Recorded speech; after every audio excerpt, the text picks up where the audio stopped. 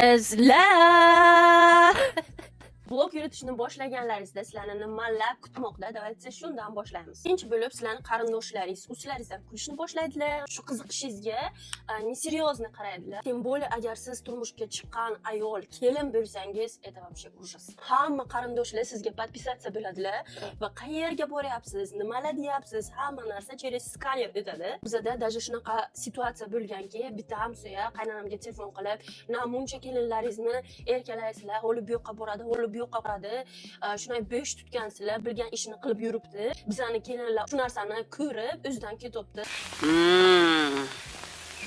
Bu maynavozchilik kimdan chiqqanini endi bildim. Va o'sha payt qaynonam "Men bilmayman, bunga er xo'jayin men emasman" deganlar, gapirib bilmayman bunga deganlar. Maslahatim bunaqa hamsoyalarni bir tinga ham olmanglar. Bitta narsa, siz har doim hammani ideal qilib ko'rsatishingiz kerak. Faqat yaxshi taraflarni maqtashingiz kerak. Unika qanaqadir ayblari bo'lsa, ili nimadirni noto'g'ri qilgan bo'lsalar, hech qachon bu narsani aytish mumkin emas. Eng oxirgi va muhim narsa bu reklama.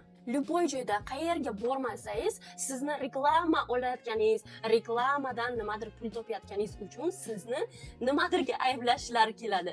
Hozir aytaman. Ko'rdik, mazza qilib yuribsiz, hali u yoqqa borasiz, hali bu yoqqa borasiz. Okey, qachon qaramasa faqat yeb yotibdi. Bir bizga ham olib kelsang bo'lmaydimi? Yupaye, yakka ki deydilar. Yakka bo'l. Hech kimga farqi yo'q, lekin bu narsalarni qanchalik men ustida ishlaganman. Albatta bu narsalarga tayyor bo'lish kerak, как бы moralni.